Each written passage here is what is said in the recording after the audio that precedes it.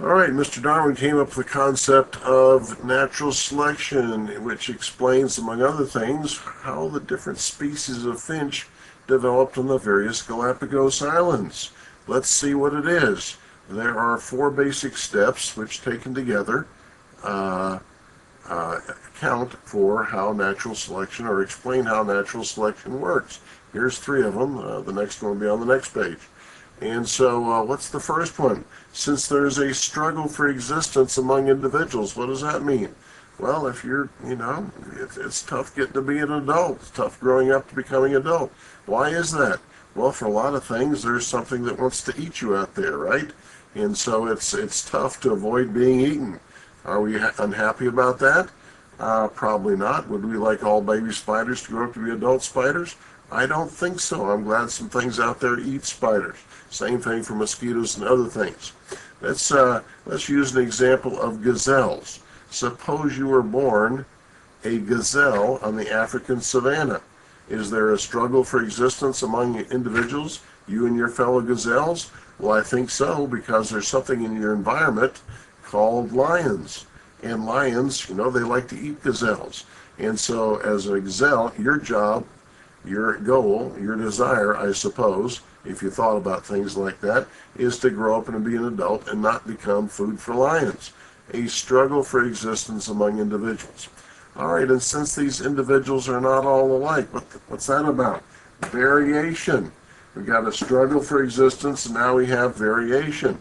And that means not all the baby gazelles are born exactly alike.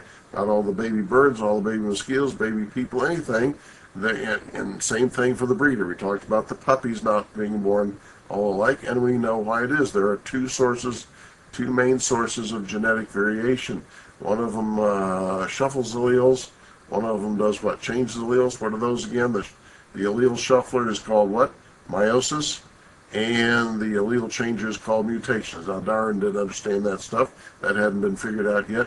He had some other ideas, but he observed that in the nest or in the whatever, there was difference among individuals, genetic differences among individuals. The babies were not all alike. Point number 3, favorable and unfavorable variations. The way it's written here on the screen, some of the variations among them will be advantageous in the struggle for survival, others unfavorable. What's that all about? Let's go back to the gazelles. Gazelles are born, some are faster, some are slower.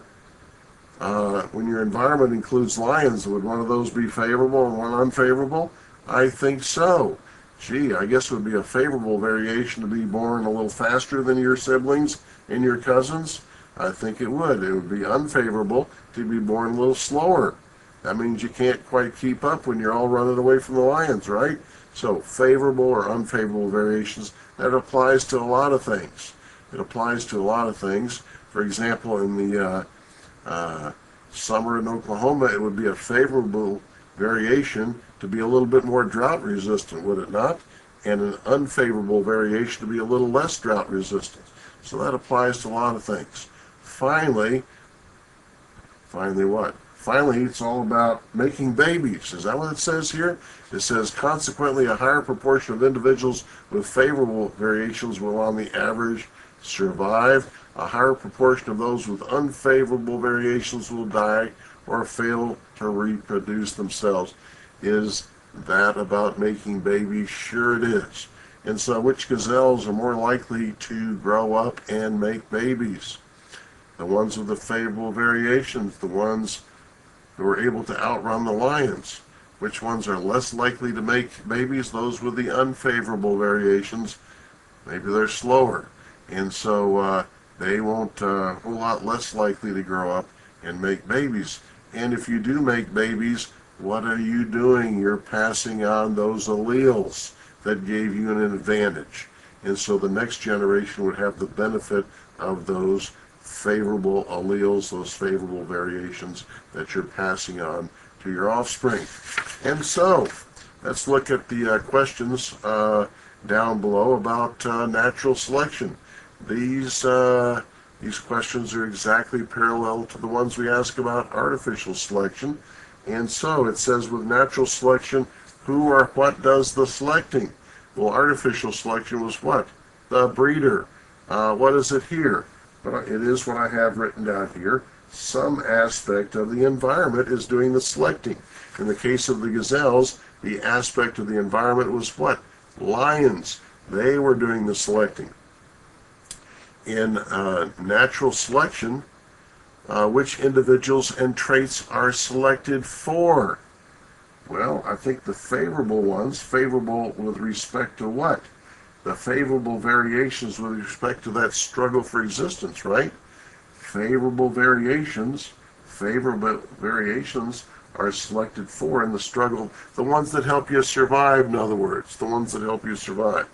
In natural selection, which individuals and traits are selected against? I guess those would be the unfavorable variations. Again, unfavorable in respect to what? The struggle for existence. Being a slower gazelle would be an unfavorable variation you would be selected against. Next question, what does it mean to be selected for against?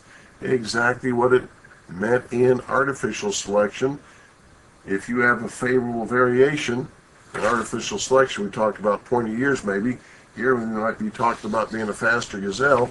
If you have a favorable variation, you're more likely to do what? Grow up and be able to make babies and pass on your genes. If you have an unfavorable variation, you're likely to succumb in the struggle for existence, the struggle against some aspect of the environment, and you don't grow up and you don't make babies. And so the final question is, with natural selection, why do organisms change over time in several generations? Well, the answer is exactly parallel to what we said about artificial selection. What do we say about artificial selection? Oh yeah, when a breeder selects a phenotype, the breeder is selecting what? The alleles that produce that phenotype. When a breeder selects a phenotype, the breeder is selecting the alleles that produce that phenotype. How does that apply to natural selection?